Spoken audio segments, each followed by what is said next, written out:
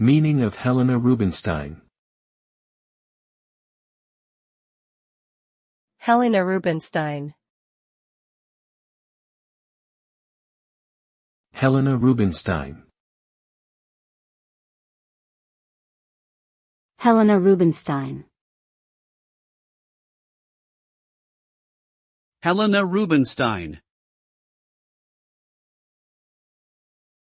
Helena Rubinstein was a Polish-born entrepreneur and philanthropist who founded the Helena Rubinstein brand of cosmetics. She revolutionized the beauty industry by introducing innovative skincare products and popularizing the use of makeup. Her brand became synonymous with luxury and glamour, and her legacy continues to influence the beauty industry today.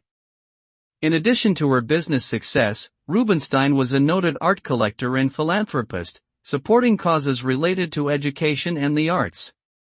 She was a trailblazing woman who defied societal expectations and paved the way for other women to succeed in business and beyond.